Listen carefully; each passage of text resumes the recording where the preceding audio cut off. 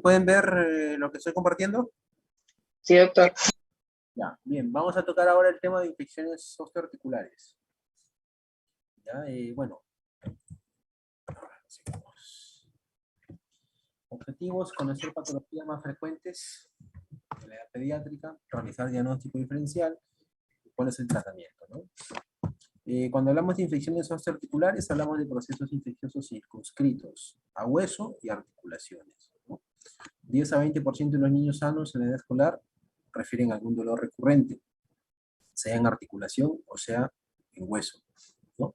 Un concepto anatómico importante a considerar es que los vasos sanguíneos cruzan la epífisis hasta los 2 años de edad. Es decir, cualquier problema infeccioso articular, a través de las conexiones vasculares que hay en la epífisis, puede pasar por contigüidad al hueso y generar una osteomielitis, ¿no? Muchas patologías de cadera son atendidas en el primer nivel de atención. Generalmente las articulaciones más afectadas son cadera y rodilla en niños. ¿Cuál es la clínica? Pues dolor articular. Hay que diferenciar si es un dolor que presenta fiebre o no presenta, o que no ha tenido fiebre. Si es un dolor que presenta fiebre, como les mencioné anteriormente, eso es una urgencia, una emergencia, ¿no? Dolor articular más fiebre, hay que descartar artritis séptica. Dolor articular sin fiebre, hay que buscar antecedentes traumáticos o no traumáticos, ¿no? El diagnóstico diferencial del dolor de cadera, en este caso con fiebre: artritis séptica, osteomielitis, tumores, sinovitis transitoria. La fisiopatología es como la fisiopatología de cualquier otra infección bacteriana, ¿no? El ingreso bacteriano a las células, la intervención en el núcleo celular, la replicación bacteriana, ¿no? Y la invasión a células vecinas, ¿no? Y la liberación, pues, de los factores inflamatorios agudos, ¿no? Factor de necrosis tumoral alfa, interleucina 1, interleucina 6, que liberan los macrófagos, ¿no? Etcétera. Toda la cadena inflamatoria que ya conocemos, ¿no? Estudio de ayuda diagnóstico: cuando se trata de articulaciones, pues las ecografías ayudan, ¿no? La ecografía es el examen auxiliar, digamos así, de primera línea ante una articulación dolorosa, con sospecha de infección, ¿no? Estudio de ayuda diagnóstica: tenemos reactantes de fase aguda, hemograma, PCR, BCG, se tiene que hacer estudio de líquido articular, se tiene que hacer cultivo de ese líquido articular, ¿no? La ecografía y la radiografía, como les comento. En el caso de artritis séptica, hay unos criterios clínicos laboratoriales que se utilizan para hacer diagnóstico, que son los criterios de Kocher, ¿no? Entonces, son 4 criterios: presencia de fiebre, presencia de cojera o imposibilidad para caminar, velocidad de sedimentación glomerular mayor de 40 y leucocitosis mayor de 12.000, ¿no? Entonces, si no hay ningún criterio presente en el niño, la probabilidad de artritis séptica es muy remota. Si solamente hay uno, pues hay una probabilidad de 3% nada más. Si hay 2, hay un 40%. Si tengo 3, hay un 93%.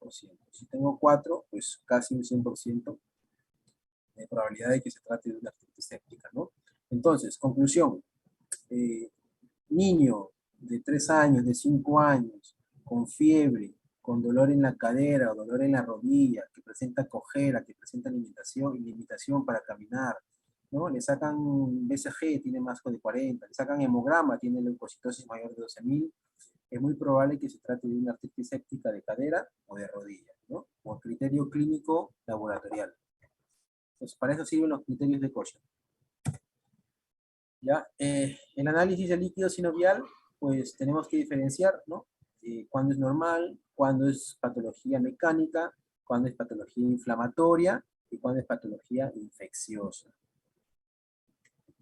No solamente los procesos infecciosos son los que van a causar la clínica descrita, ¿no? También hay otros procesos que no son infecciosos que van a ocasionar la clínica que se ha descrito. Entonces es importante conocer las características, ¿no? En un proceso infeccioso séptico articular, pues es un líquido opaco, amarillo o blanquecino, su viscosidad es variable, hay mayor de 50.000 leucocitos, mayor del 90% de polimorfonucleares, gran cantidad de gérmenes, hay menos del 50% de la glucemia. ¿Por qué? Porque la replicación bacteriana consume glucosa, ¿no? Proteínas, hay más de 2,5% y no hay presencia de cristales, ¿no? Son características de un líquido sinovial infeccioso, ¿no? Que nos da o nos orienta a un diagnóstico de artritis séptica, ¿no? El tratamiento de la artritis séptica eh, significa que hay presencia de pus en la articulación, en la cavidad articular, ¿no? Recordemos que toda cavidad articular está limitada por la cápsula articular. Entonces, dentro de esa cápsula articular, en la cavidad articular, hay pus. Eso significa artritis séptica. Entonces, esa pus, si uno no interfiere, pues esa pus termina destruyendo cartílago, termina destruyendo, dependiendo si es la rodilla, ligamentos, termina destruyendo meniscos, termina destruyendo, si es la cadera, ligamento redondo, termina destruyendo cartílago articular. Entonces, y por continuidad ingresa al hueso y hace una osteomielitis, empieza a hacer una osteomielitis el paciente. Entonces, la artritis séptica es una patología que se trata de emergencia, ¿no? Porque 2 o 3 días el niño con pus en la cavidad articular, pues la rodilla, la cadera la destroza. La infección empieza a deteriorar todo. Entonces, el tratamiento, digamos así, definitivo, pues es abrir y drenar esa pus. Hacer una artrotomía, es decir, abrir la articulación, hacer una artrotomía y drenar la pus, ¿no? Entonces, el tratamiento de la artritis séptica es quirúrgico. Eso no se olvide. Si ustedes ven un niño, están en su puesto de salud, ¿no? Ven un niño con una rodilla hinchada, roja, que es eritematosa, ¿no? Caliente, que cojea, además de eso tiene fiebre, ¿no? Tienen de repente laboratorio en su posta, tiene hemograma 15.000 leucocitos, BCG tiene 50, 60, no duden que eso es una artritis séptica, tienen que derivarlo, que referirlo inmediatamente, ¿no? En la osteomielitis, una forma de clasificar la osteomielitis es por las vías de acceso de los gérmenes. Es decir, hay osteomielitis hematógena. Significa que primero hay una bacteremia, ¿no? A nivel sistémico, y que el germen llega al hueso por torrente sanguíneo. Eso significa hematógena. Por continuidad, significa que en un lugar adyacente, ¿no? Hubo un foco infeccioso y por la cercanía de la zona ingresó al hueso, ¿no? Por ejemplo, paciente que le colocaron un inyectable intramuscular en el glúteo, 5 días después empieza a hacerse tumefacción, calor, rubor, fiebre, ¿no? Hace un absceso. Lo tienen en su casa, lo tienen con el sobandero, con el curioso, no lo llevan al médico. Una semana después empieza a cojear, no puede caminar. Recién lo llevan al médico. Lo llevan al hospital, sacan una radiografía y ya se ve compromiso del fémur proximal. Se ve osteomielitis en el fémur proximal. Eso significa por continuidad, ¿no? El foco empezó en un lugar cercano y por continuidad de cercanía de la zona ingresó al hueso. Y en forma directa, el ejemplo clásico son las fracturas expuestas, ¿no? Se abrió el hueso, se abrió la piel, salió al medio ambiente el hueso, se colonizó con gérmenes del medio ambiente y se infectó. Entonces eso es una osteomielitis directa, ¿no? Vía de acceso al germen directa. De acuerdo al tiempo, el curso clínico pueden ser agudas o crónicas, ¿no? Agudas menos de 6 meses, crónicas más de 6 semanas, perdón, crónicas más de 6 semanas, ¿no? Entonces las formas clínicas de la osteomielitis es osteomielitis hematógena aguda, osteomielitis subaguda, osteomielitis crónicas. Las, la, las imágenes radiográficas en una osteomielitis aguda es muy diferente a una osteomielitis crónica. Por ejemplo, acá vemos la tibia, ¿no? El periósteo, miren cómo se ve el periósteo. El periósteo debería verse como una línea continua, ¿no? La cortical debería verse como una línea continua, ¿no? Sin interrupciones, sin ningún, como acá, como el peroné, ¿no? Una línea continua, sin interrupciones, sin ningún artefacto en su camino. cambio, si vemos la tibia, miren, acá se hacen como sombras, acá también se hacen como sombras, igual acá, ¿no?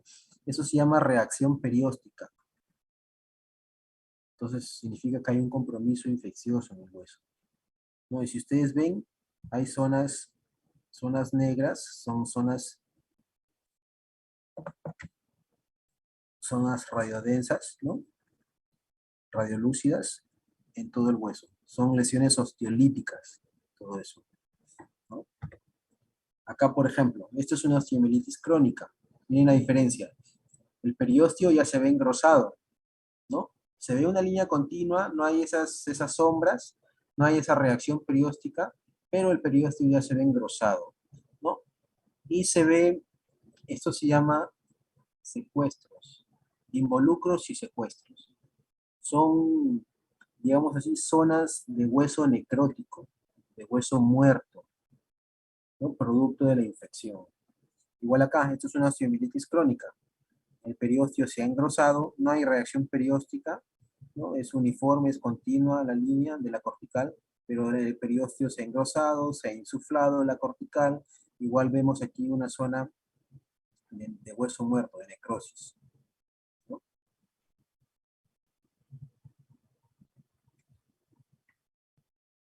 Igual acá. Esas son imágenes de una osteomielitis crónica, para que lo sepan reconocer, ¿no? Igual acá. Acá hay secuestros, acá también hay un secuestro. Estas zonas, ¿cuál es la dificultad con la osteomielitis? El problema es que el tratamiento antibiótico o los antibióticos que ingresan a hueso son muy limitados. No todos los antibióticos tienen penetrancia en tejido óseo, ¿no? Entonces, por eso es que la osteomielitis es una infección difícil de manejar, difícil de tratar, y el tratamiento antibiótico es largo, dura meses, dependiendo si es osteomielitis aguda o es osteomielitis crónica, ¿no? Y en los casos en los que hay tejido muerto, que hay necrosis ósea, que hay, ¿no?, secuestros, el antibiótico no llega a esta zona, no entra, porque es tejido muerto, no hay irrigación, no tiene vasos. Entonces no hay forma de que el antibiótico ingrese acá. Por eso es que esta zona de necrosis va creciendo, va creciendo, va creciendo, va creciendo. Y el antibiótico no hace efecto. Cuando hay esto, el tratamiento es combinado. Además de tratamiento médico, tiene que hacerse tratamiento quirúrgico. Estas zonas de necrosis ósea se tienen que extraer, tienen que retirarse a través de cirugía. Si no, el tratamiento va a fracasar y esto va a continuar necrosándose. ¿Ya? Aquí una clasificación, una de las más usadas, la clasificación de Cierne y Mayer, de una osteomielitis, ¿no? Que se basa en el estado funcional del paciente, que es la gradación fisiológica, qué tipo de paciente es el que tengo, un paciente en buen estado general y hay buen estado vascular de la extremidad, ¿no? Es un tipo A, paciente con alguna patología local que compromete el pronóstico, ¿no? BL de local, patología sistémica que compromete el pronóstico, BS, patología sistémica, y C, pues resultado de tratamiento potencialmente peor que el cuadro original, ¿no? Esa es la gradación fisiológica, el estado funcional del paciente. Y esta es la gradación anatómica, es decir, el compromiso del hueso. ¿Cómo es? Hay, hay una fase medular en que solamente el canal medular es el que está invadido, ¿no? Superficial, parte de la corteza la que está comprometida. Localizada, atraviesa la corteza y atraviesa la médula de esa zona, ¿no?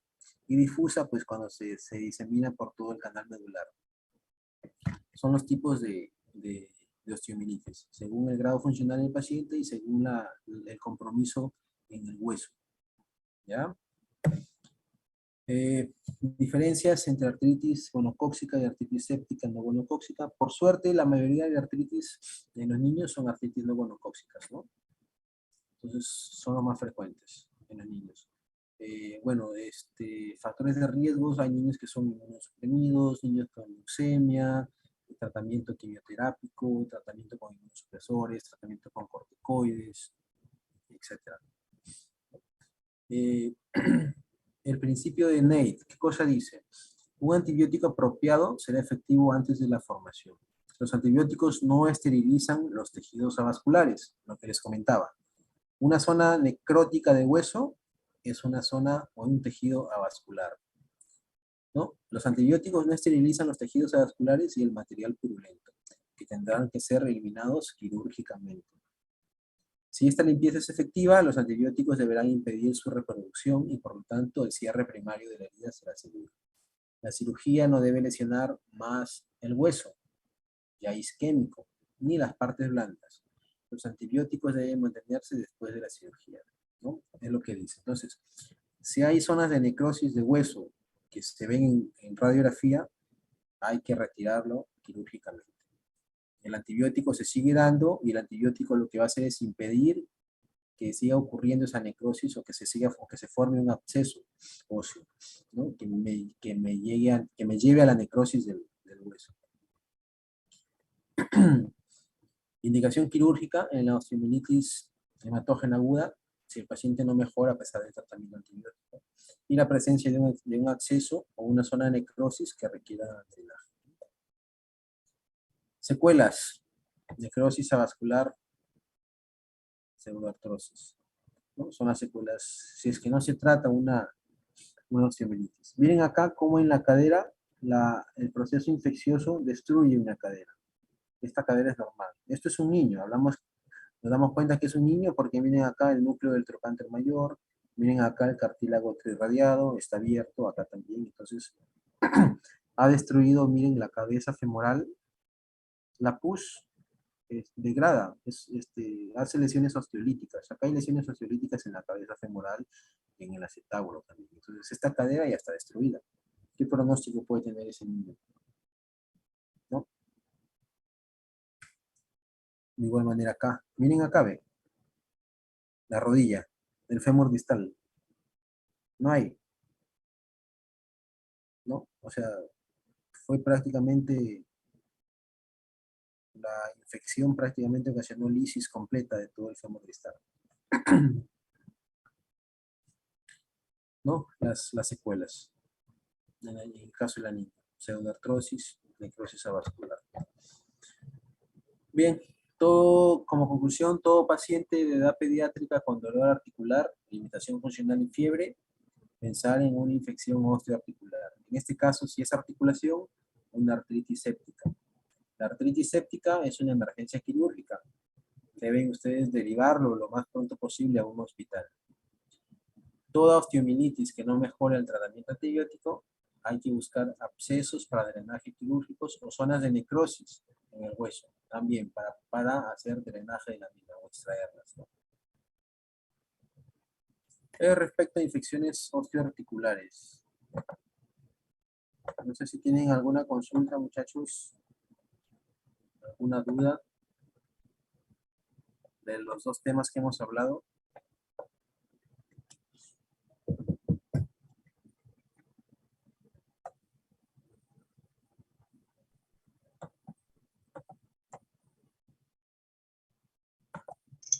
Pero una consulta. Sí, te escucho.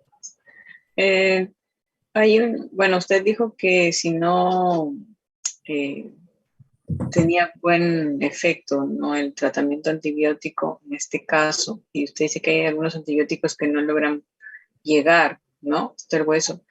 En este caso, ¿cuál sería el tratamiento antibiótico previo a la cirugía, ¿no? Para eso tenemos que conocer cuáles son los gérmenes más frecuentes, ¿no es cierto? O sea, ¿cuáles son los gérmenes más frecuentes en la etiología de la artritis séptica y la osteomielitis?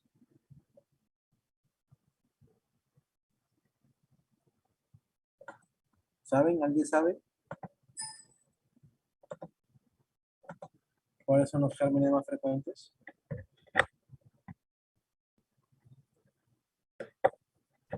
Doctor Estafilococo.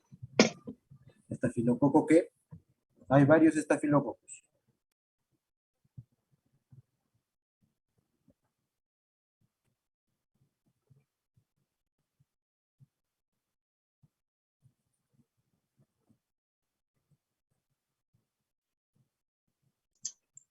Abre, doctor.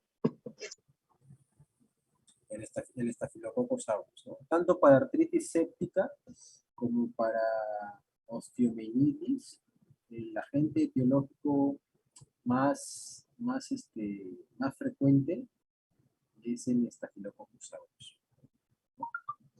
Esa es la parte, digamos así, de microbiología, ¿no? Por la parte de farmacología, nosotros debemos saber qué antibióticos tienen penetrancia en hueso. No todos los antibióticos tienen penetrancia en hueso. Hay grupos de antibióticos que tienen mejor penetrancia en hueso que otros. ¿Quién sabe?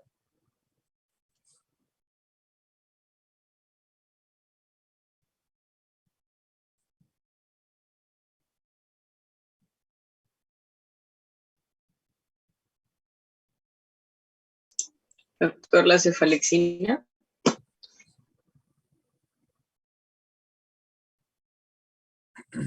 Cefalexina.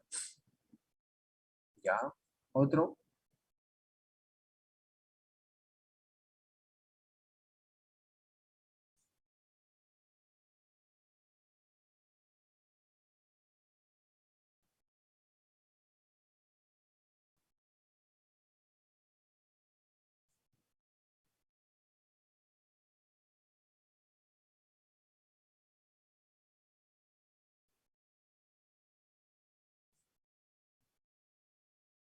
Clopilina, ¿Cuál, perdón?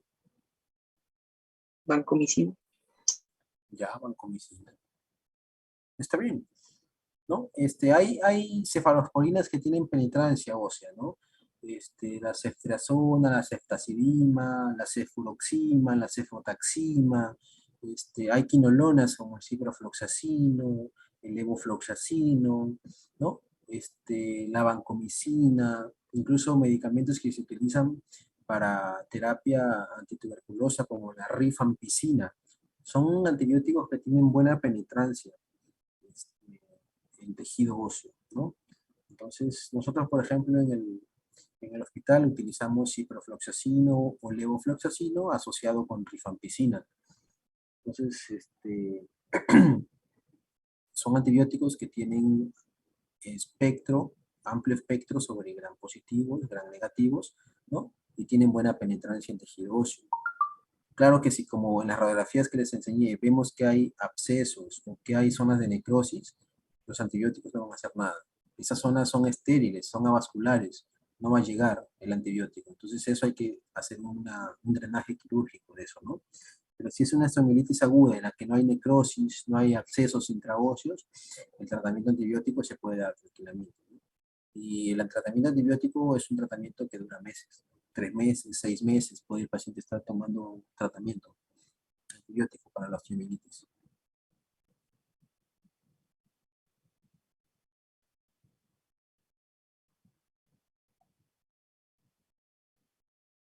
¿Alguna otra pregunta, muchachos? ¿Dudas que tengan? ¿Es que todo ha quedado claro?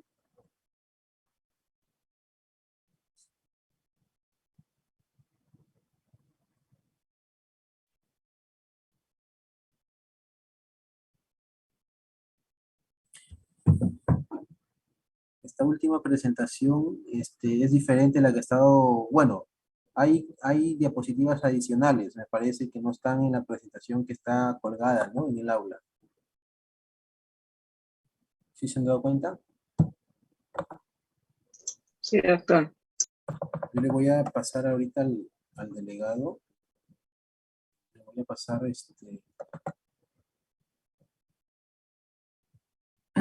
para que les proporcione, les haga llegar, ¿ya? Sí, doctor, por favor. La de displasia de cadera sí está tal cual se las he presentado, está colgada. Pero la otra sí no está igual. Hay algunas diapositivas adicionales. Creo que tienen ustedes parcial la otra semana. El día viernes. Viernes, doctor. Ya. Por si acaso, las preguntas que yo coloco son de las diapositivas y de lo que conversamos, nada más, para que estudien. Ok, doctor. ¿Alguna pregunta, muchachos? ¿Cuántos hay? Hay 22 en línea. ¿Cuántos son en total? ¿Son 22? No son 22, son más. Hay varios que no han entrado.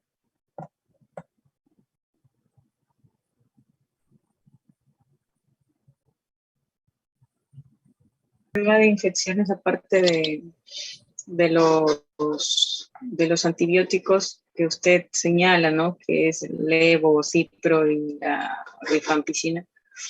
No se utilizan los corticoides en este caso, ¿no? No, no, corticoides no se utilizan. El corticoide tiene muchos efectos adversos. No se utilizan. El corticoide, por si acaso, los corticoides tienen a provocar necrosis avascular. Causan obliteración de pequeños vasos y causan necrosis avascular. Entonces, si yo tengo una zona necrótica en el hueso que se está muriendo y le doy corticoide, pues empeoro la cosa. Aparte de que bajo las defensas, ¿no? Las defensas innatas del paciente, que van en contra del proceso infeccioso que tiene, pues sobre los vasos sanguíneos también hago efecto adverso, ¿no? Los oblitero y causa más necrosis. Entonces, corticoides no se dan. Ni siquiera cuando hay dolores en una persona adulta, cuando se tratan dolores, es recomendado dar corticoides, ¿no? Para eso son los antiinflamatorios. Los corticoides tienen sus indicaciones bien establecidas. En el mejor de los casos, o en la mayoría de casos, traten de evitar el uso de corticoides. Es muy frecuente ver en los puestos o centros de salud, ¿no? De atención primaria, diclofenaco más dexametasona intramuscular, metamizol más dexametasona intramuscular, dexaneurobión. Entonces, el problema es que eh, al hospital llegan los pacientes ya con las complicaciones por el uso excesivo de corticoides, ¿no? Y eso no lo ven en la atención primaria. Pero en los hospitales sí vemos consecuencias de ese uso excesivo.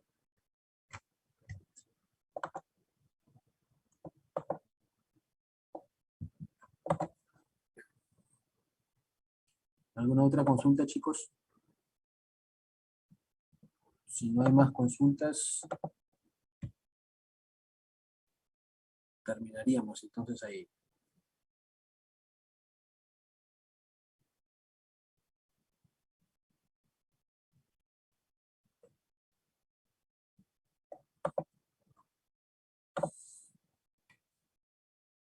¿Nadie?